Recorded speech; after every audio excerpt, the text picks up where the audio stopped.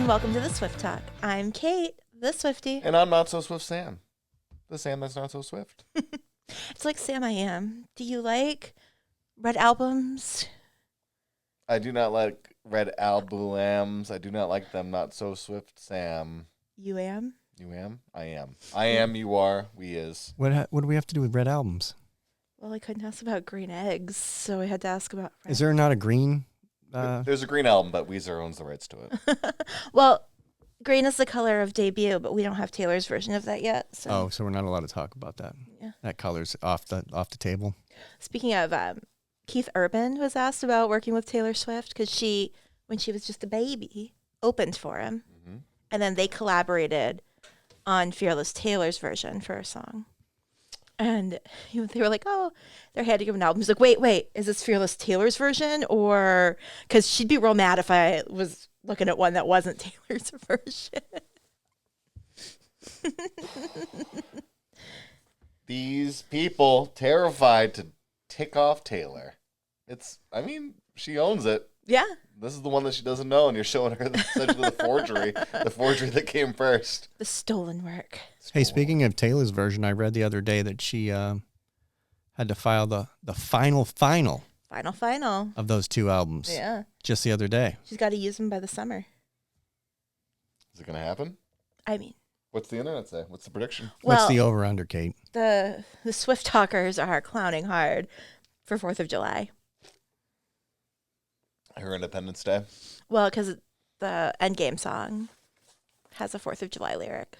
What about if it was later today? Because they posted that, what are we doing on April 29th? And I would die. Maybe later they'll be like, oh, this is what we were going to do on April 29th. Taylor, today is April 29th. You'll be listening to this on April 30th, we hope. But it's crazy because Taylor Nation, they like to troll us. They like to wind us up and be like, what do you think, guys? Guys, you've been quiet. It's like when you feed the circus animals, we're like, oh, showtime. Yeah, I mean, to be fair, my TikTok has slowed down on the Taylor Swift because there's not a lot going on and ramped up on the Karen Reed. So I get distracted easily. Karen Reed? We'll talk about it in the car. It is the murder trial of the Boston cop that was allegedly hit by his girlfriend. Yeah. This is the retrial, too. Yeah. Round 2. Yeah. There it is. Big old mess. Have I heard any of her songs? Oh, she's a one-shot wonder. Okay. She's got such a bad look when she's in the courtroom every day. Yeah, she does not look friendly. No, and on a zero. I mean, if I was sitting through the second trial and I was innocent, I'd be pretty cranky about that too. But I'm just waiting for Taylor to write the song about her. Why? I don't know. I feel like... You think she's down with that? I think that Taylor, my theory is that Taylor is hanging out, decompressing post-tour, just, enjoying all of the, murder TV shows. So she watched the documentary on HBO and was like, yeah, Karen, I agree. You're innocent. I wonder if she's going to write a song called Tariffs. No, she's probably pretty peeved with President Trump at the moment. The Eagles showed up at the White House to celebrate their Super Bowl win, and he made several comments about Taylor. I refused to read the article. I slept through it. I was not interested. But it's rumored that she has been out and about. We haven't seen her, but Gigi Hadid, her bestie, celebrated her 30th birthday in New York City. Oh, yeah?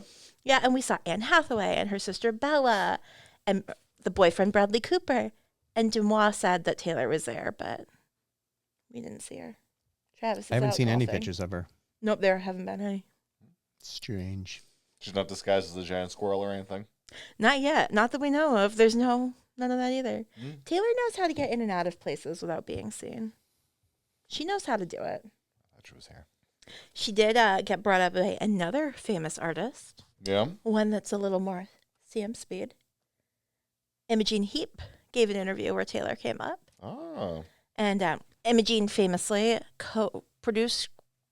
consulted on Clean from 1989. And they were like, so what was that like working with Taylor Swift? And she goes, she shows up immaculately dressed. And she goes, I have an idea.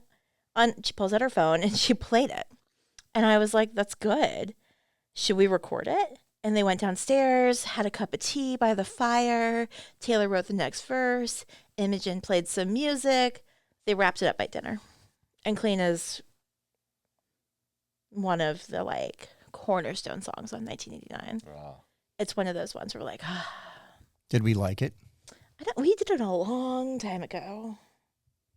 I mean, Cornerstone, 1989, foundation piece. You have Shake It Off. You got Clean. Pillars holding up this community. Something for everyone on 1989, we'll say. Something for everyone. But yeah, and then, the Eras Tour won another Tour of the Year award from Polster. Just, casual. Just, Just pulling it in, just letting everyone remember, oh yeah, this is the wake of everything that I made. Here's another award for me. I had a little Swiftie celebrating her birthday at Cure this weekend. And she was very upset that all the Taylor Swift cocktails were cocktails, not mocktails. And I was like, oh, did you see the Eras Tour? She's like, I watched the movie every week. And I was like, oh, I'm not even that good. And so we were talking about our favorite eras. And she goes, my favorite was Reputation, when you hear clump, clump, clump. And you go, Sam and Jason's too. Big fans of the clump. Well, he missed it. Well, I wasn't going to remind him of that. That was the best part of the whole movie. And it was probably the best time for me to take a break. Because then I never would have left. Never would have left. You doesn't might need have to not have left until after that song was over. Yeah, I think you came back and you were like, they're dancing again. Yep. All you youthful sprites dancing. I didn't out there. dance, but I was thoroughly entertained at that point. Yeah. I was He was locked engaged. in and engaged. Yeah. I think my eyes opened up from the sleep that I was in From the snake? from the snake. I mean, the older people, they were sitting next to you, in front of you, next to you. I think I had some older people in front of me and two little twins maybe that didn't ever sit down for the rest of the show for 3 hours. Well, yeah, it's a concert experience. Oh. So that's what we got in Taylor news today. Okay. Not a whole lot going on. Not a whole lot going on right now for Taylor. I feel like Swifties it's like we're in the music video that she put out for Speak Now. I can see you. And she's in the vault and she's like doing little hashtags, like how many days it's been. I feel like Swifties are all like, another day, nothing from Taylor. Another day, no new music. Because we've been spoiled. We got a whole year. Waiting for the resurrection. Well, Easter's over, so we missed that clowning theory. Yeah, it's crazy. What's the difference between a tomb and a vault, Well, 3 days. 3 days? 3 months? 3 years? I feel like the Pope, the Pope passed. We've got Conclave. We've got First Monday in May. There's so much going on. Taylor's like, oh, you don't need me. Either of you watched that Conclave? I just rewatched it this weekend. Did you see it? No, watch Conclave now. The movie. Yeah, It I've was not watched it. fantastic. Very interesting. The last thing I watched was Gypsy Rose. Gypsy Rose. Yeah, she was the person who, she and her boyfriend that she met on the internet murdered her mom, and then they found out she had Munchausen syndrome, and It was Munchausen by proxy. by proxy, the mom made her think that she was always sick and dying, and then so she's been in jail for the past 5-6 years, and now there's a reality show. She marries a guy that she met through the mail. And the reality show films them, and then they get a divorce because the boyfriend that she had through the mail, also before she married this guy in prison, is the person she wants to be with, and they make it seem like there was a media frenzy following this person around with all these fake TikTok blog stuff, and it's just this is just. I mean, TikTok.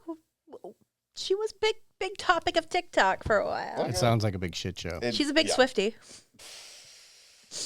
Do you want her in the clan? I promised somebody that I would watch it if they gave me their Disney Plus to be able to watch the other stuff that I want to watch. The Mandalorian? Is that how you watch your superhero Oh, stuff? of course. Heck That yeah. tracks. I got to watch classic Disney, Black Cauldron, Daredevil, and I was like, I gotta watch Gypsy Rose now and talk with this person about how they're a monster. Yeah, worth it.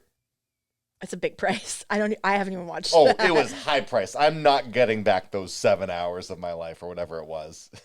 But it's also just it was the best the best little, like, where's my popcorn? I'm just going to watch whatever the heck this is and have no stakes, no ties whatsoever. And just be like, well, I'm glad I don't know this person. You don't have to use your brain much watching that. Negative amount. You, like, can sleep through it with your eyes open and you'll retain all of it. So, okay, what are we doing on April 29th? Today we're doing Evermore off Evermore. Isn't that fun? Evermore, get me back to that cottagecore, Evermore. A song so nice we said it twice. Yeah. Love that Foo Fighters song. It's not a bad song. Boy, are you two about to be disappointed. Oh, why? We're not doing Everlong? We're doing Evermore? Evermore. Quote the Waver. Yeah. This pain shall be forevermore. Not right, sure who's going to be more in pain, me or them, but we're going to hit pause. You hit pause and think of thoughts for me, guys. We'll be right back. Well, Sam, was this pain forevermore? Edgar Allan Poe once said, if you lock Taylor Swift in a cabin during a pandemic and you let her access her inner theater child, you'll once and forever get Evermore. This is such a theater kid wet dream song. Yes. It's sparse piano. You can hear the birds outside. And then all of a sudden it's Hamilton for some reason. And Bon Iver was there. Like, it's a cool skeletal structure song, just instrumentation wise. Just that piano and like that dum dum dum dum. Just a nice backbeat. Her rhyme scheme goes 4-6, 4-6, 11-9, 4-6, like just trying to get all those words into one. We like words. Conditional phrasing of a piano key, and then it's just all of a sudden it becomes hip hoppy. Da da da da da da.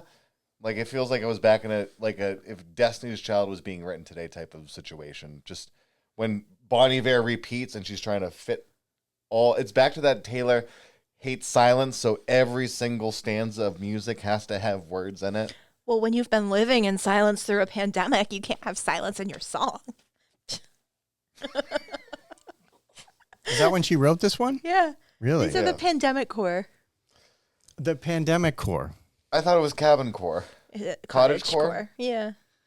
Well, and she said during the Eras tour that she was like, yeah, I was just getting drunk on white wine, pretending I was a Victorian woman out in my nightgown in the forest. I think she listened to For Emma by Bon Iver and came up with this. All right, Skinny Love. Easy. Hey, it's a very... Justin Verlander has such like a unique tone to his voice, so I always love when they collaborate because she's so light and he's so gravelly.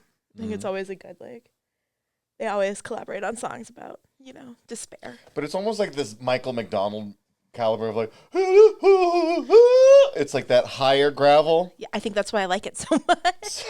So it hides the gravel and you're more like... Well, it's actually good for him because he'll actually be featured on the song. Yes. Unlike on other songs. Unlike on other songs.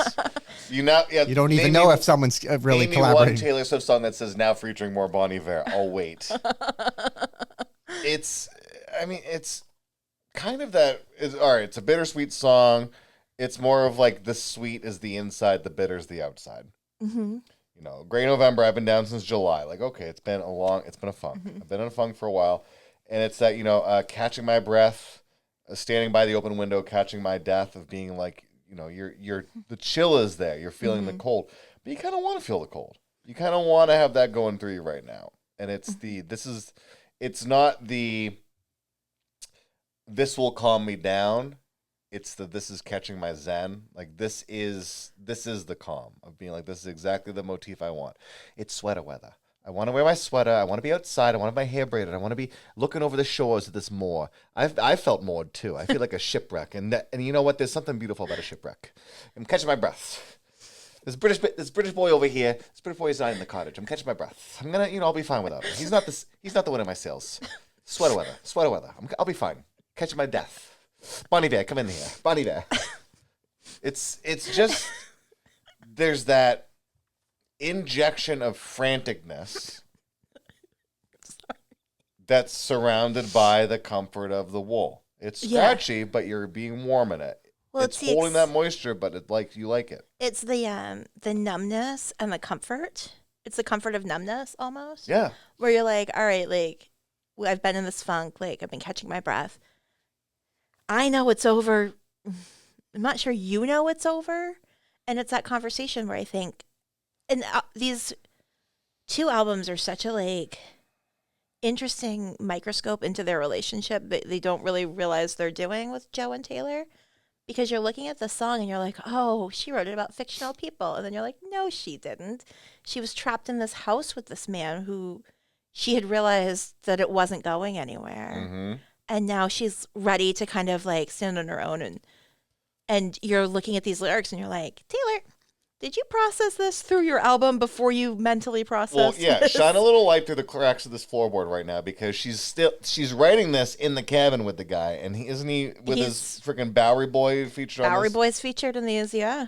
So is he aware? What I would not give to be in the group chat, just a silent participant between Jack, Justin, and Aaron. Okay, so let me ask you what this. I would not give. Let me call upon your expertise, Mm-hmm. because Bowery's the pen name. Mm-hmm. Do we know for a fact that he's confirmed that that's him? And Oh, he's yeah. Okay. Yeah. In the Long Pond studio sessions on Disney Plus, which you can now watch, as well as the Eras tour, also on Disney Plus.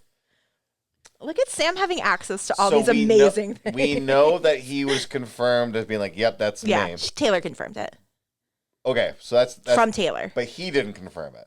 She confirmed it. No, he doesn't confirm it. Because that could be like I'm going to have you as my ghostwriter on this song, because guess what? It's actually all about you. Because if you look back through the Midnights and stuff, and he's featured on those I don't think too. is he a ghostwriter on this song?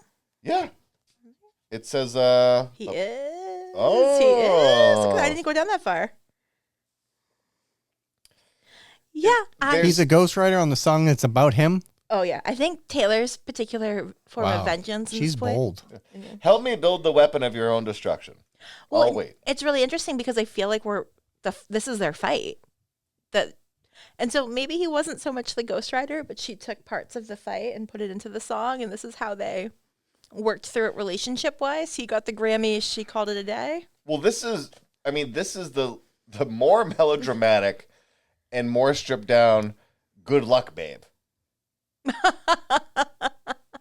Yeah, all right, little Chapel. Like, did Taylor write so Chapel could scream? And when you wake up next to him in the middle of the night with your head in his hands, you're nothing more than his wife, and we think about like all that ba ba ba ba ba of Chapel, and then you have the and when I was shipwrecked, I thought of you in the cracks of the light. I dreamed of you. It was real enough to get me through. It's very much tangential. Millennial theater kid, Gen Z theater kid. One of us learned how to build a set. The other one learned how to costume. It's the same. Mm-hmm. I think this is therapy for them, too. Oh, absolutely. I think that, and, pandemic made and broke a lot of relationships. I think you saw a whole different subset of the fan base come in through the Evermore folklore part. And you're just like, these are people who needed that. Like, she was putting out art that encompassed what people were going through at that time. And I think these are going to be really interesting to go back to in 20 years and be like, oh, remember how we were all locked inside? Doesn't that seem like a faint memory? But here is this whole 2 albums about a relationship's last gasp. It has a bit of that sprinkled in elderly saged wisdom. Mm-hmm. I had a feeling so peculiar that this pain wouldn't be evermore. Mm-hmm. And it's that you're being like, I'm feeling this right now. Oh, I won't feel like this forever. And it's like you want to hold on to that a little bit more before you release it.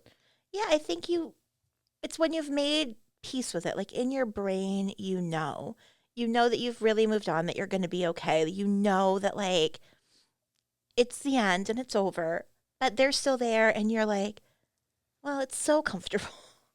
And there is something comfortable about a gray November. There's something comfortable about that, like monotony and the cold. Like you know how to survive it. It's familiar. Mm-hmm. And so I think like you're balancing the familiarity and the comfort of that with the fear of the unknown. it feels like this is because this is like what maybe chronologically the second or third time Bon Iver has been on a Taylor song. I'm gonna get heat for this one. I did not do that research. Yeah, this isn't the first time Bon Iver. No, he showed up in Folklore with Exile, which you were not a fan of Exile. Right.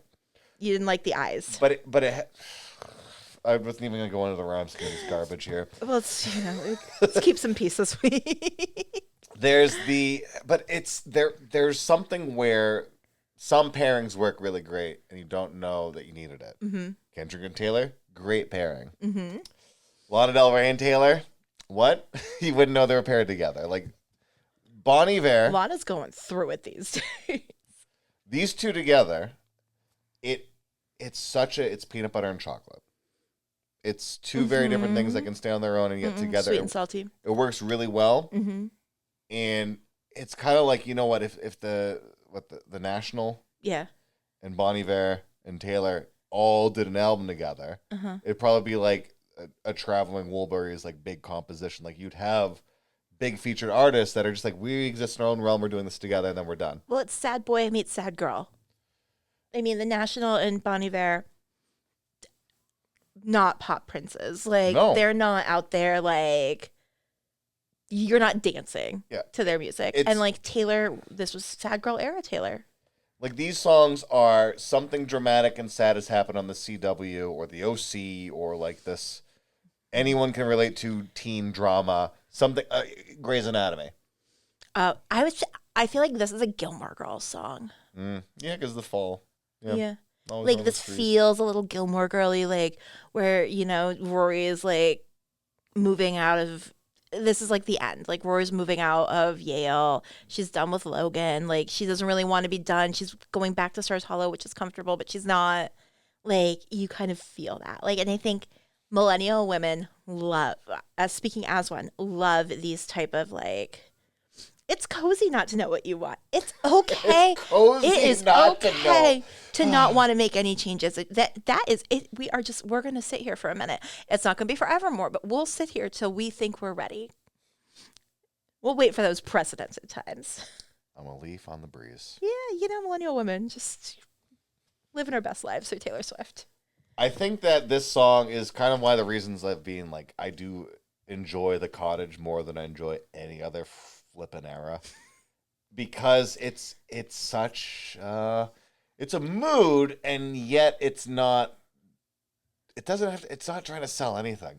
It's just you'll pick up on whatever it is you're feeling, whether it's just the keys on the piano, it's Bon Iver coming in, it's her melody, it has that bell tone type of quality of like there's something melodic about it that's going to pull you in, and then it erupts for a moment, then it's gone.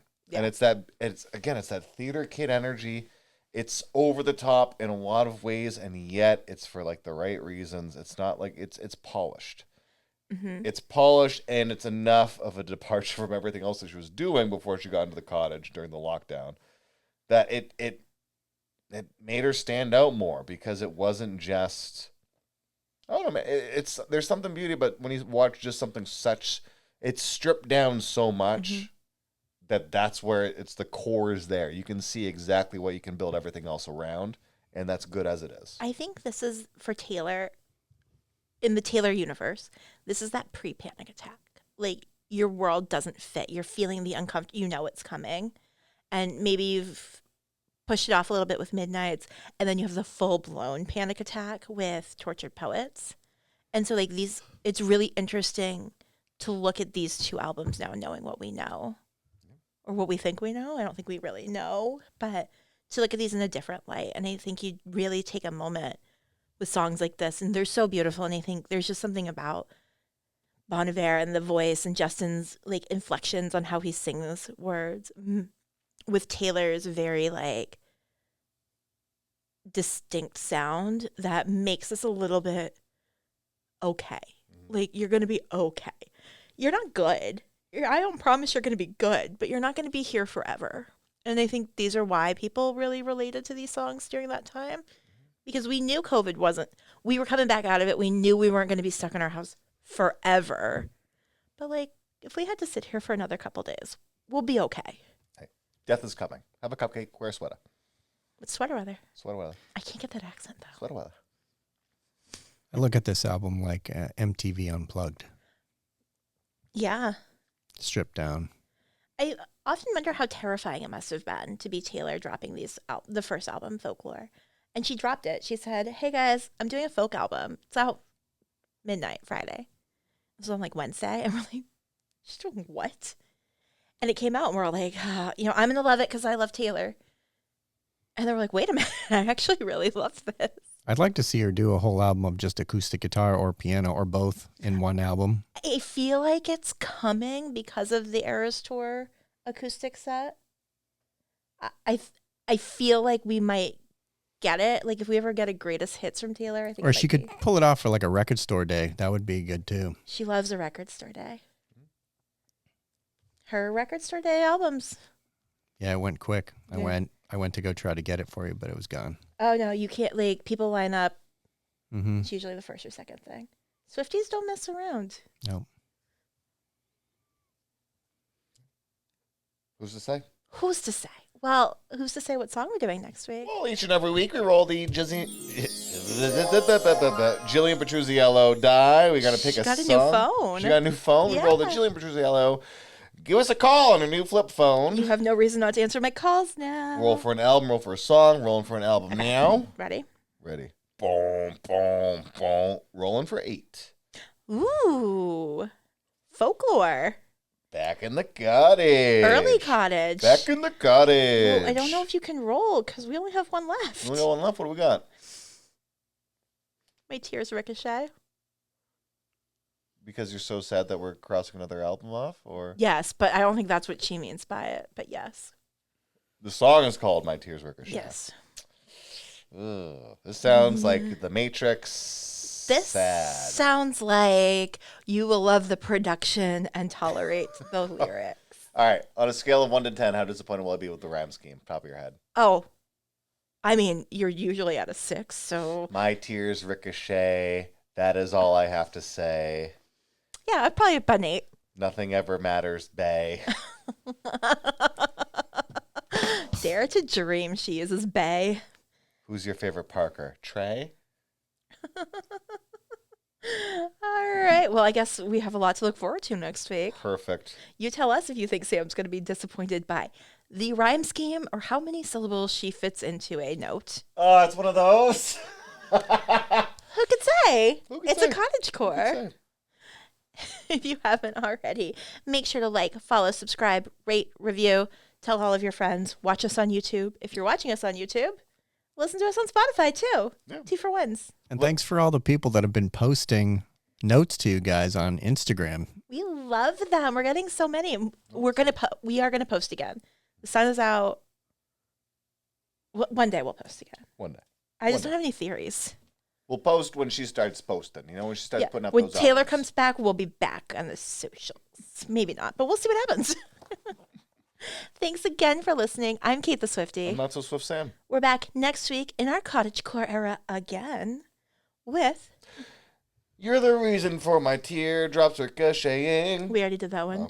Okay. Sam's tears will be ricocheting next week. Thanks again for listening.